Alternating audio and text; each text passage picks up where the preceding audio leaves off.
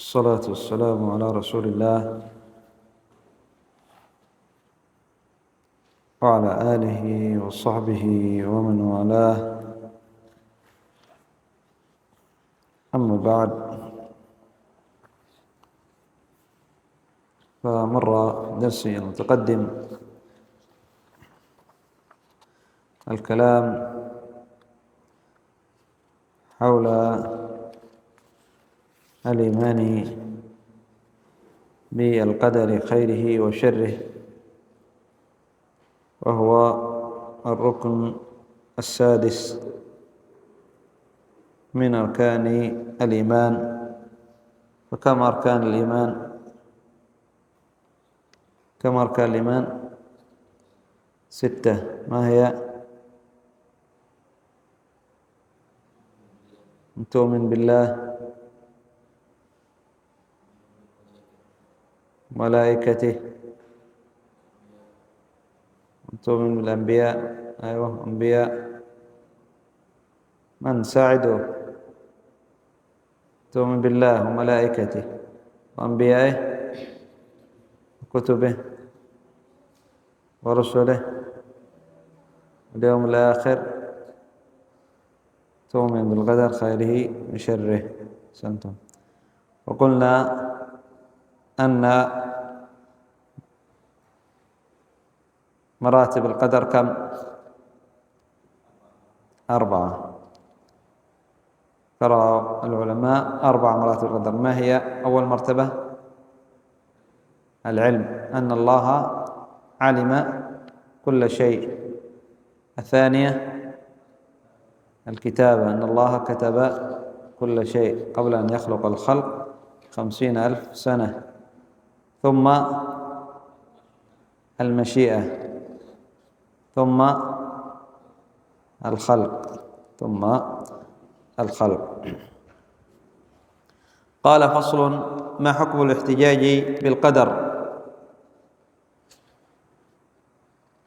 أي يعمل العمل ويقول هذا قدره الله عليه. ما حكم هذا القول؟ قال: يجوز الاحتجاج بالقدر في حالتين، ويحرم في حالة. فيجوز الاحتجاج بالقدر في أولا المصائب، فيقول المصاب: ما حيلتي، فهذا قدر الله، فهذا جائز، بل هو من جليل الأعمال وكمال الإيمان، بأن ينسب الفعل إلى الله تقديرا، وينسب إلى نفسه العجز تعبدا لله. وأعلى منه مرتبة الرضا بقدر الله والتسليم لأمره والحمد له في كل حال. أي إذا أصابت العبد مصيبة كفقدان قريب أو حبيب، أو مرض، أصابه مرض في نفسه أو في قريبه، أو تلف مال، أو غير ذلك من المصائب، فهنا يحتج بالقدر إذا قدره الله عليه. يا فلان الحادث، حصل له حادث، لماذا لم تفعل كذا؟ لماذا لم تفعل كذا؟ هذا قدره الله علي. حصلت له تلف ماله، أو حصل له خسارة، يا فلان لماذا؟ يقول قدر الله علي، هذا شيء قدره الله علي. هذا من كمال الإيمان، أن ينسب الفعل إلى الله عز وجل، وينسب إلى نفسه العجز تعبدا لله، أنه عاجز أمام قدرة الله. وأعلى من ذلك أن يرضى بالمصيبة، أن يرضى بهذه المصيبة، فيحمد الله عز وجل عليها، الحمد لله على كل حال، ويسلم. قال: ثانيا المعاصي التي تاب منها الإنسان، فإذا عايره أحد، أي قال له: أنت كنت تعمل كذا وأنت عملت كذا. إذا عايره أحد، أي ذكره بالذنب الذي عمله وقد تاب منه. قال يجوز له أن يقول معصيتي تلك التي قد تبت منها قدرها علي ربي، فما حيلتي مع دوام الاستغفار من تلك الذنوب والخوف من عواقبها العاجلة والآجلة. يحتج بالقدر على المعاصي التي تاب منها، وستأتي معنا الحالة التي لا تجوز، المعاصي التي هو مقيم عليها. أما المعاصي التي قد تاب منها فإذا عايره أحد يعني قال له أنت كنت تعمل كذا، كنت تاركا للصلاة، كنت شاربا للخمر، كنت زانيا، كنت حالقا للحية، كنت وهو قد تاب من ذلك الذنب، فيقول هذا قدره الله عليه وكتب الله عليه. ولا بد في الاستمرار من الاستغفار، يخاف من عقوبة الذنب الذي قد تاب منه، لكن ينبغي عليه أن يخاف أن يعني سبب المعاصي معروف، المعاصي يعني من يعني عقوباتها أن العبد يحرم الخير ويحرم التوفيق، أن العبد يحرم الخير ويحرم التوفيق، فيخاف العبد أيضا يعني المعاصي معروف يعني صاحبها أنه متوعد بالعذاب، وهو لا يعلم هل يعني قبلت توبته أو لم تقبل، مع أنه تاب في الظاهر تاب، لكن العبد يكون خائف هل تقبل منه الأعمال أم لم تقبل، هل تقبل من الأعمال أو لم تقبل. يقول أبو الدرداء رضي الله عنه إني إذا علمت بمعنى كلامي أن الله قد تقبل مني ركعتين، صحابي تقبل مني ركعتين أحب إلي من الدنيا وما فيها. لماذا؟ قال لأن الله عز وجل يقول إنما يتقبل الله من المتقين، فإذا تقبل الله منك العمل فأنت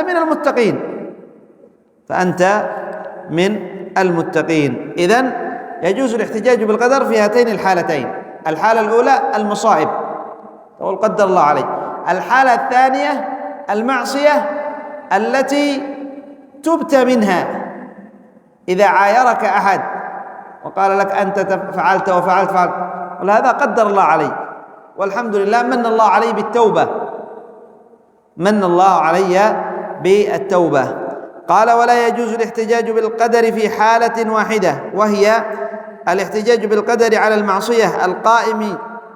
المعصية القائمة التي لم يتب منها، كأن يقال له لم لا تصلي فيقول قدر الله علي ذلك، فهذا حرام لا يجوز. ولكن لو تاب واستقام وحافظ على صلاته ثم عايره أحد على فترة عصيانه يجوز له أن يقول ذلك قدر الله. لا يجوز الاحتجاج بالقدر على المعصية التي ما زال قائم عليها، تارك للصلاة لما لا تصلي قدر الله عليه، قدر الله عليك أنك لا تصلي، ما يدريك هل اطلعت على ما في اللوح المحفوظ، هل اطلعت على ما في اللوح المحفوظ؟ لا. قد يكون قدر الله عليك أنك تصلي، أنت تستطيع أن تدخل إلى المسجد صح، ما أحد يمنعك، تستطيع أن تأتي وتصلي، يقول نعم أستطيع أن آتي. طيب لماذا لا تقول قدر الله علي أني أصلي؟ قدر الله عليك أنك لا تصلي، هذا الشيطان، هذه معصية الله، ومعصية الله إنما يأمر بها من؟ الشيطان، يأمر بها الشيطان. ولأضلنهم ولأمنينهم قال فبعزتك لأغوينهم أجمعين. قال رب بما أغويتني لأقعدن لهم صراطك المستقيم ثم لآتينهم من بين أيديهم ومن خلفهم وعن أيمانهم وعن شمائلهم ولا تجد أكثرهم شاكرين. الشيطان حريص، يعمل ليل نهار ما ينام،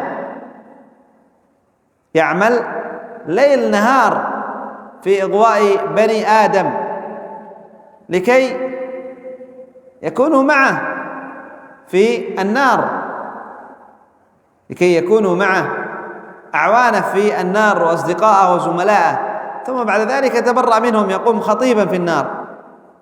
وما كان لي عليكم من سلطان إلا أن دعوتكم فاستجبتم لي فلا تلوموني ولوموا أنفسكم ما أنا بمصرخكم وما أنتم بمصرخي إني كفرت بما أشركتموني من قبل إن الظالمين لهم عذاب أليم.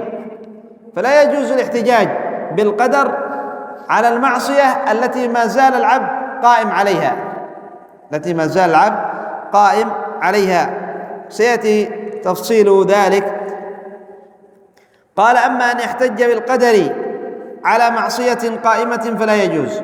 أما إذا احتج على هذا المعصية كان لا يصلي ثم تاب، فجاء أحد قال لا أنت كنت لا تصلي، قل هذا قدر الله علي، الحمد لله قد من الله عليه بالتوبة، ويستمر على الاستغفار والتوبة والرجوع إلى الله عز وجل، هذا لا بأس به، هذا لا بأس به.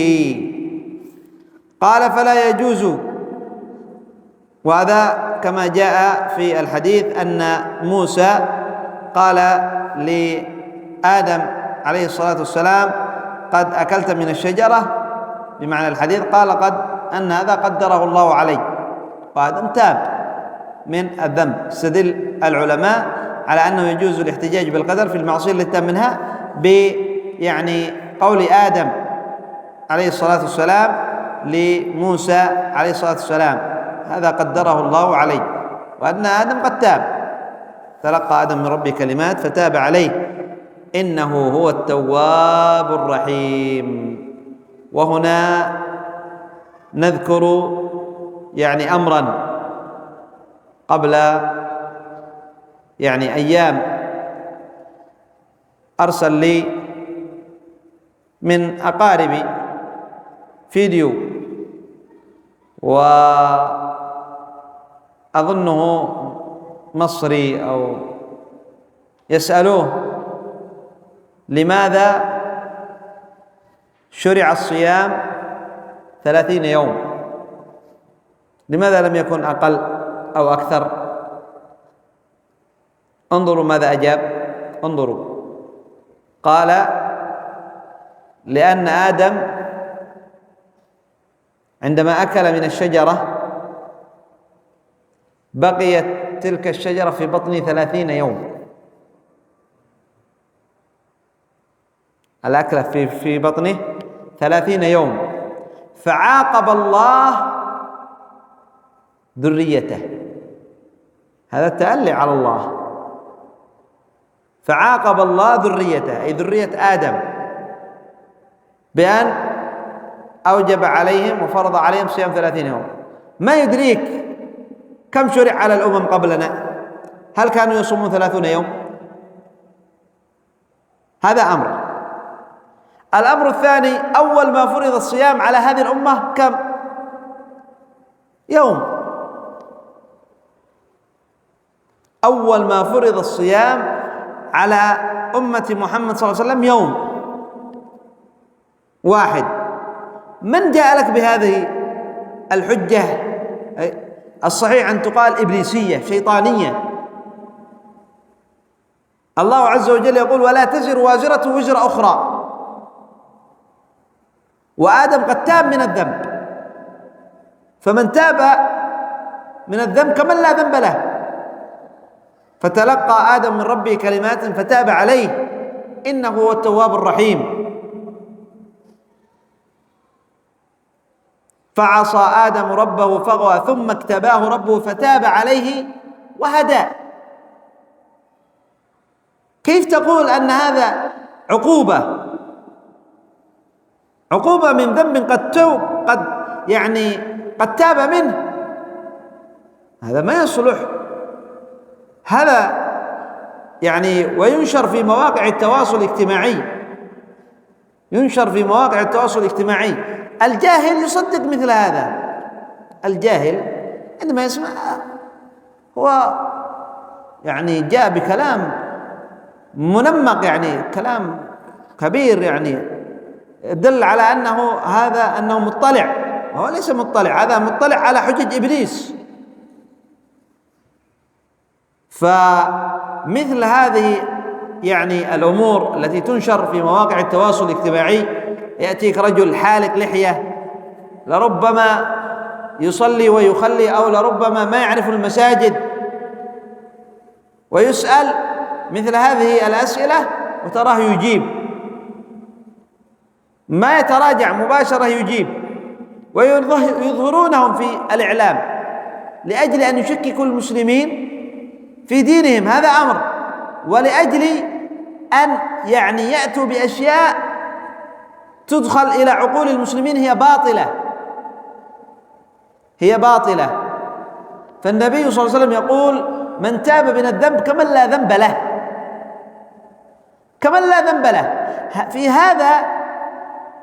في هذا يعني المقطع بمعنى، وإن لم يصرح بالقول باللفظ، لكن بمعنى أن عقوبة الذنب تبقى وإن تاب. هذا باطل، هذا يرد أحاديث النبي صلى الله عليه وسلم، ويرد قبلها الآيات: إلا من تاب وآمن وعمل عملا صالحا.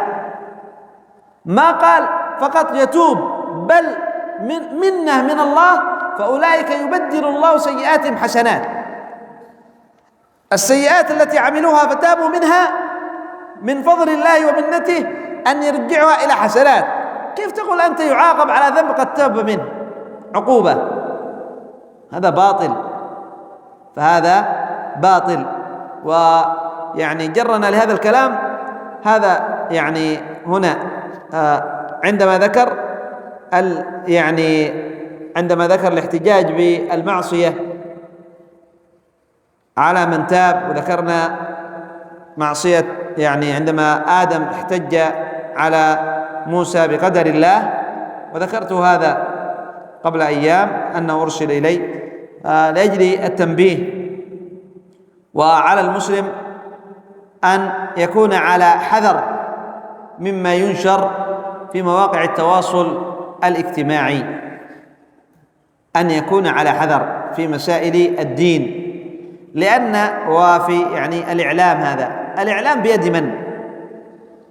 بيد اليهود والنصارى. الإعلام بيد من؟ بيد اليهود والنصارى. فهم يرضون بأن ينشر مثل هذا، يرضون بأن ينشر مثل هذا وينشروه على أوسع نطاق لأجل أن يخلوا بثوابت المسلمين ويأتوا بأشياء غريبة في دين الإسلام قليلا قليلا، ثم بعد ذلك الجهال وما أكثر يعني الجهل في أوساطنا بسبب يعني زهدنا عن العلم، يعني تأتي هذه الشبه وتأتي مثل هذه الأمور والخرافات وترسخ في عقولنا ونظن أنها دين. فما ينشر في مواقع التواصل الاجتماعي وهذا الإعلام لا يعني يقبل مباشرة، يعرض على العلماء، يعرض على المتعلمين. ما هذا؟ هل هذا صحيح؟ هل هذا باطل؟ هل هذا صحيح؟ هل هذا باطل؟ لا يقبل مباشرة، لا تنشر مباشرة، لا، تأكد هل هذا صحيح أم هذا كذب، هل هذا صدق أم هذا كذب، هل هذا صحيح أم هذا باطل. ومما يدل على أن إذا كان ما نشر في مواقع يعني في هذا الإعلام في مواقع التواصل وغيرها من هذا يوتيوب أو يعني في الواتساب، إذا كان بعض الخطب قوية تبين محاسن الإسلام تحذف ويهدد يعني بإزالة هذه القناة من يعني اليوتيوب، كما حصل لكثير في اليمن من مشايخ اليمن.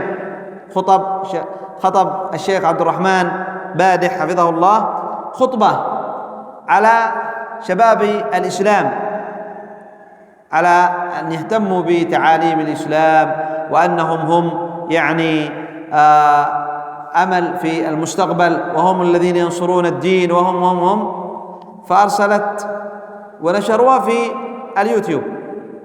في هناك قناة أرسلت شركة اليوتيوب حذفت أولا هذه المحاضرة من اليوتيوب، حذفوها، ثم أرسلوا تحذير: مثل هذا لا ينشر، بمعنى مثل هذا لا ينشر، وإلا سنحذف القناة بكامل. وكذلك خطبة الشيخ عبد القادر الصوملي وغيرهم كثير، ليس فقط هذا، وغيرهم كثير.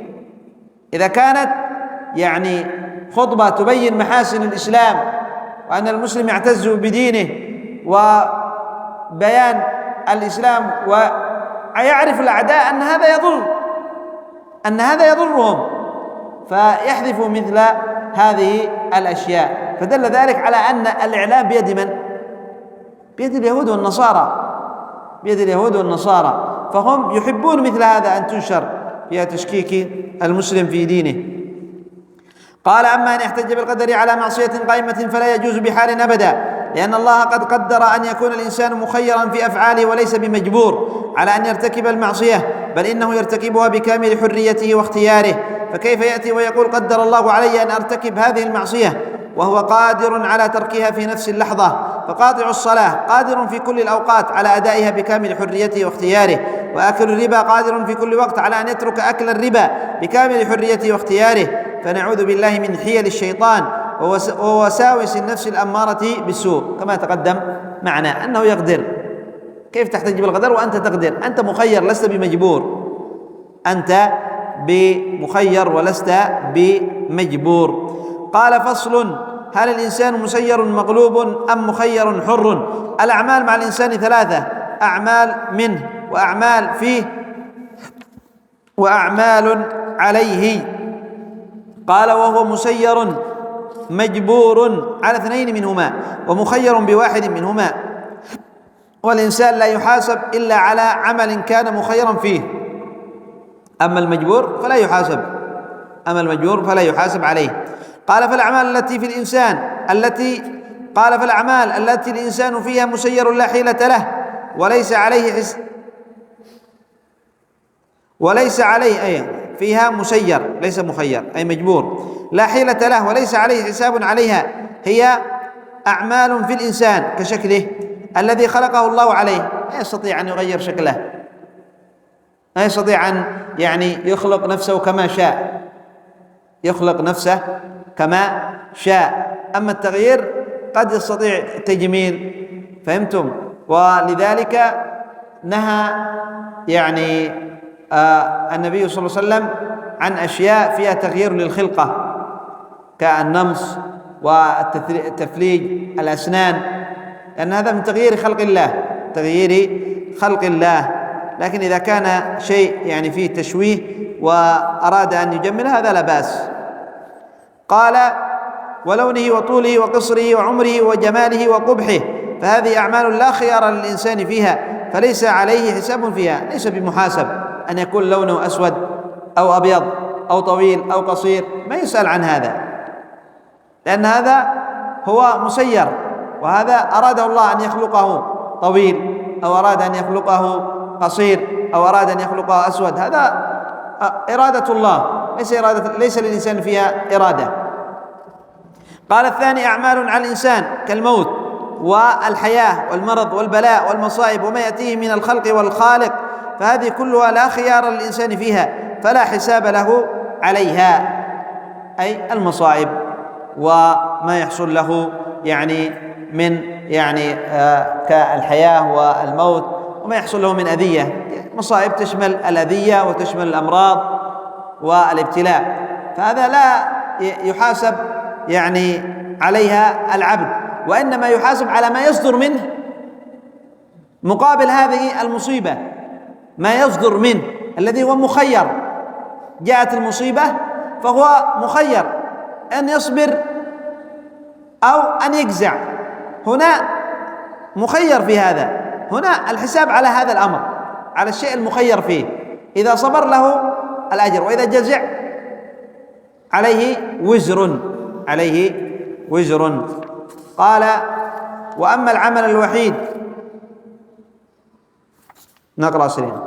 قال: وأما العمل الوحيد الذي يكون فيه الإنسان مخيرا فهو العمل الذي يأتي من الإنسان من كسب وإنفاق وأخذ وعطاء وإقدام وإحجام وفعل وترك، كل ذلك عمل للإنسان فيه خيار الفعل والترك، فهو محاسب عليه، فليس للإنسان حجة أن يفعل الذنب ويقول قدر الله علي الذنب، فبما أن الذنب منك أنت لا فيك ولا عليك، وأنت فيه مخير لا مسير، فبذلك أنت محاسب عليه. يقول الرسول صلى الله عليه وسلم في الحديث المتفق عليه: ما منكم من أحد إلا وقد كتب مقعده من النار ومقعده من الجنة. قالوا: يا رسول الله، أفلا نتكل على كتابنا وندع العمل؟ قال: اعملوا فكل ميسر لما خلق له، وأما من كان من أهل السعادة فييسر لعمل أهل السعادة، وأما من كان من أهل الشقاء فييسر لعمل أهل الشقاء. ثم قرأ: فأما من أعطى واتقى وصدق بالحسنى فسنيسره لليسرى، وأما من بخل واستغنى وكذب بالحسنى فسنيسره للعسرى. قال: يقول الإمام ابن القيم رحمه الله في كلام يوضح معنى الحديث في كتابه المشهور الداء والدواء بعد ذكر شروط الدعاء، قال: والصواب أن هذا المقدور قدر بأسباب، ومن أسبابه الدعاء، فلم يقدر مجردا عن سببه، ولكن قدر بسببه، فمتى أتى العبد بالسبب وقع المقدور. إن أتى بسبب السعادة وقعت له السعادة، وإن أتى بسبب الشقاوة بأسباب الشقاوة وقعت عليه الشقاوة. قال: ومتى لم يأتي بسبب انتفى المقدور، وهذا كما قدر الشبع والري بالأكل والشرب. انتهى كلامه رحمه الله. قال: فمن قال لن أفعل صالحا ولن أترك فسادا لأن قدري محتوم، لن أفعل صالحا ولن أترك فساد، يعني سأعمل الفساد وسأترك الصالح، هذا مقدر علي وأنا مجبور. طيب ما يدريك أنك مجبور على عمل الفساد وترك الصلاح؟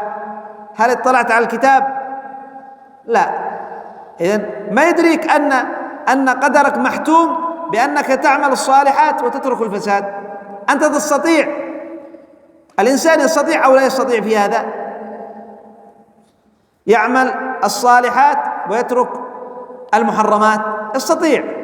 يستطيع ذلك. إذن أنت مخير، أنت مخير ولست بمجبور. قال: قلنا له: هل تمتنع عن الطعام والشراب؟ لأن شبعك وارتواءك قدران. أيضا شبعك وارتواءك مقدر من الله عز وجل. أنت تقول أنا سأعمل، يعني أنا سأترك يعني الصالح وأعمل الفساد، وهذا مقدر علي. يا عبد الله لماذا لا تصلي؟ قال: مقدر علي. يا عبد الله لماذا يعني تعمل الحرام؟ هذا مقدر علي، هذا مقدر عليك، مقدر عليك أنك تكون من أهل الشقاء، مقدر علي. طيب الشبع، تكون شبعان، تكون ريان، يعني ما في ظمأ، هذا أيضا مقدر. نعم مقدر. طيب لا تأكل، أنت تقول مقدر عليك أن تشبع، صح؟ لا تأكل، خلاص ستشبع، لا تأكل. أو يعني الري، يعني شرب الماء، مقدر عليك أنك تكون يعني ريان، يقول نعم مقدر علي. طيب لا تشرب الماء، لا بد أن نعمل بالسبب. إذن هنا في مصلحتك تعمل بالسبب. طيب وفي الأعمال أنت تريد من أهل السعادة، اعمل الأسباب. إذا كنت تريد من أهل الشقاء اعمل الأسباب. والعاقل يريد أن يكون من أهل السعادة. إذن لا تقول قدري محتوم. إذا كان قدرك محتوم فقط في مسألة ترك الأعمال الصالحة نقول له قدرك محتوم إذن في شبعك وريك، هذا مقدر عليك، هذا لا أحد ينكره، نعم مقدر علي أن أشبع. طيب كيف تشبع؟ هكذا فقط مجرد بدون أي عمل، وأنت نائم وأنت جالس في بيتك وإلا في الشارع تعمل، لا تأكل لا، لابد أن أكل. إذن أنت تريد أن تكون من أهل السعادة؟ صلي. تريد من أهل الشقاوة؟ اترك الصلاة. إذن فهذا يدل على أن العبد مخير وليس بمسير، وهذه حجة إبليسية يأتي بها لأهل الشقاء. قال: وإن قال قائل: إذا كان الرسول صلى الله عليه وسلم يخبر بأن كل واحد قد كتب الله له مكانه من الجنة أو من النار، فماذا عساي أغير من قدر الله؟ قلنا له: إن تقدير الله هذا تقدير بأسباب.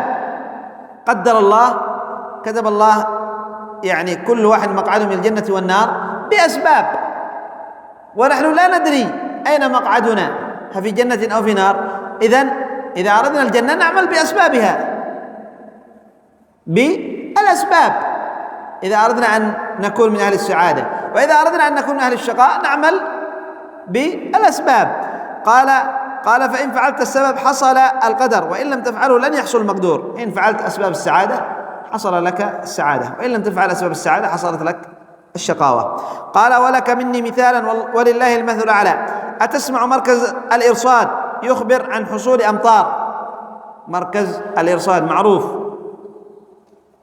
الذين يحذرون يعني في الدولة يقولون ستحصل أمطار، ستأتي سيول، هذا مركز الإرصاد يسمونه. فهؤلاء يحذرون، يقول ستأتي سيول وعواصف وأمطار. قال: أي مركز الإرصاد يخبر عن حصول أمطار أو عواصف، أتراه بإخباره يجبر المطر على النزول، أم أنه مجرد إخبار بعد معرفة الأسباب؟ فإن تحققت الأسباب تحققت النتيجة، وإلا فلا. هؤلاء مركز الإرصاد يخبرون أن هناك ستحصل أمطار وتأتي عواصف. هل مركز الإرصاد يجبرون المطر على النزول والعواصف على أن تأتي، أم أنهم يخبرون بعد وجود الأسباب؟ بعد وجود الأسباب، بعد وجود الأسباب. فالله عز وجل أخبر عن يعني أنه كتب في اللوح المحفوظ مقادير الخلق، والنبي صلى الله عليه وسلم أخبر أنه كتب مقعده من الجنة ومقعده من النار، لكن لا يصل العبد إلى هذا المكان إلا بالأسباب. قال: فكيف بالله عز وجل العليم بما كان وما يكون وما لم يكن لو كان كيف يكون. نكتفي بهذا القدر إلى هنا. سبحانك اللهم وبحمدك، أشهد أن لا إله إلا أنت، أستغفرك وأتوب إليك. أطلنا قليل.